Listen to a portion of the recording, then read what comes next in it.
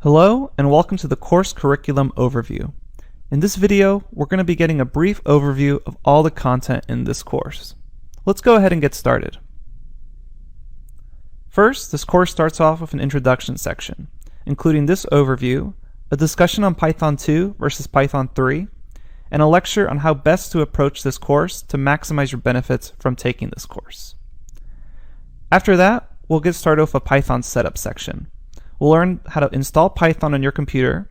We'll learn about environment selection. We'll learn about the Jupyter Notebook system. You'll get access to additional learning resources online. And then we'll have a brief overview on Git and GitHub.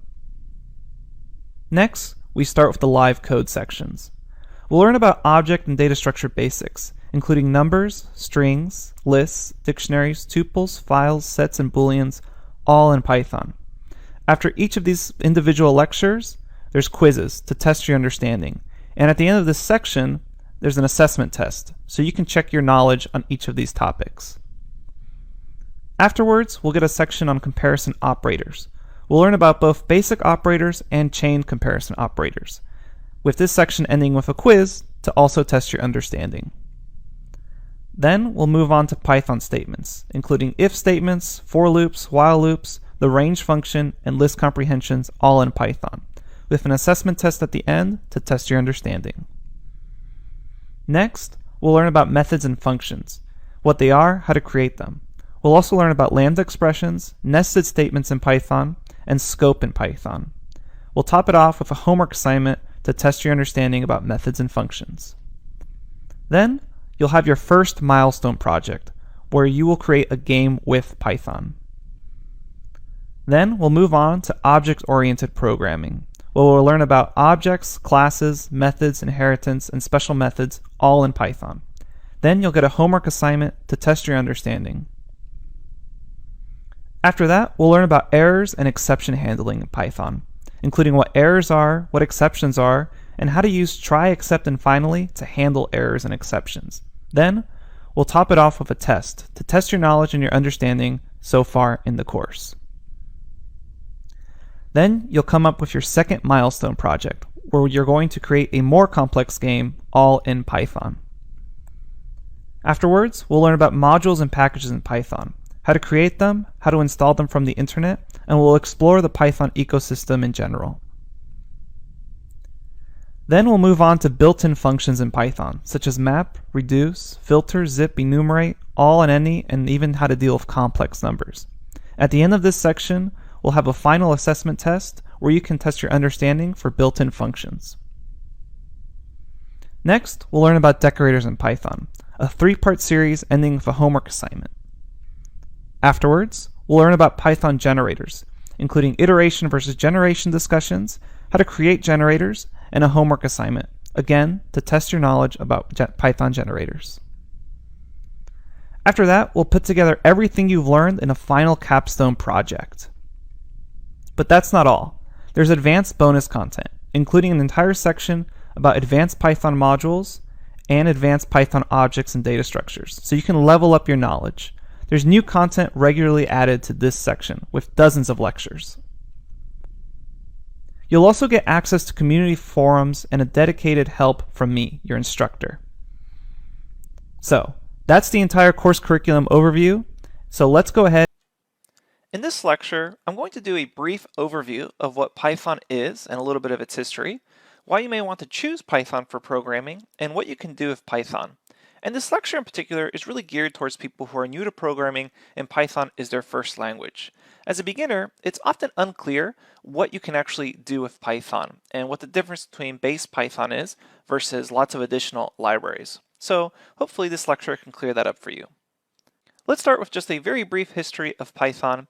It was created in 1990 by Guido van Rossum, who is pictured here, and Python 3 was released in 2008, with subsequent releases happening after that, such as 3.1, 3.2, and so on.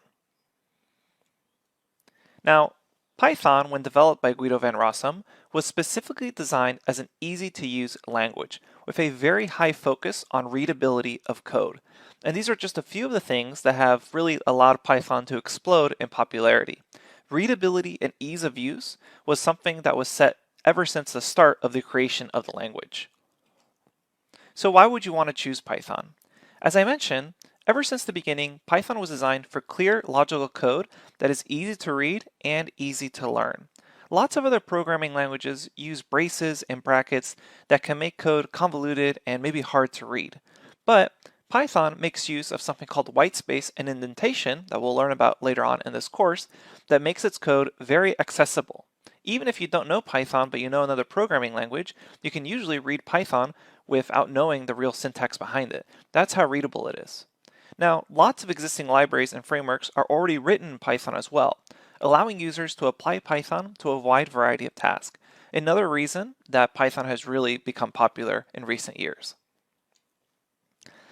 Another reason to choose Python is it really focuses on optimizing developer time rather than a computer's processing time. Usually, a developer's time is much more valuable as a person rather than just the computational processing time. So the whole language of Python is designed for users to really get prototyping up and running very quickly.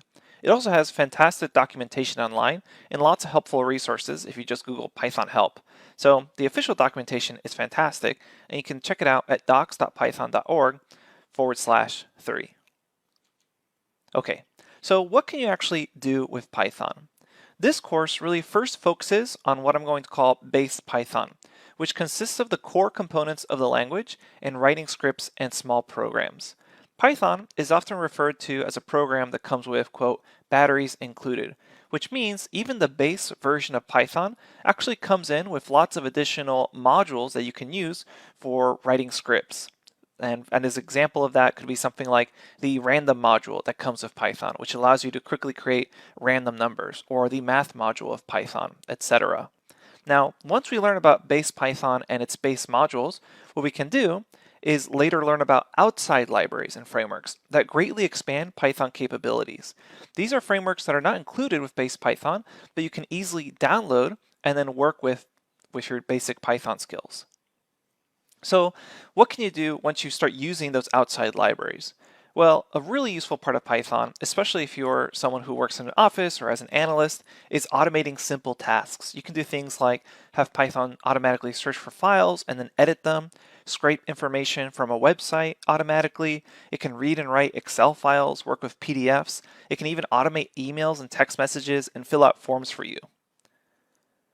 Python is also extremely popular in the data science and machine learning world.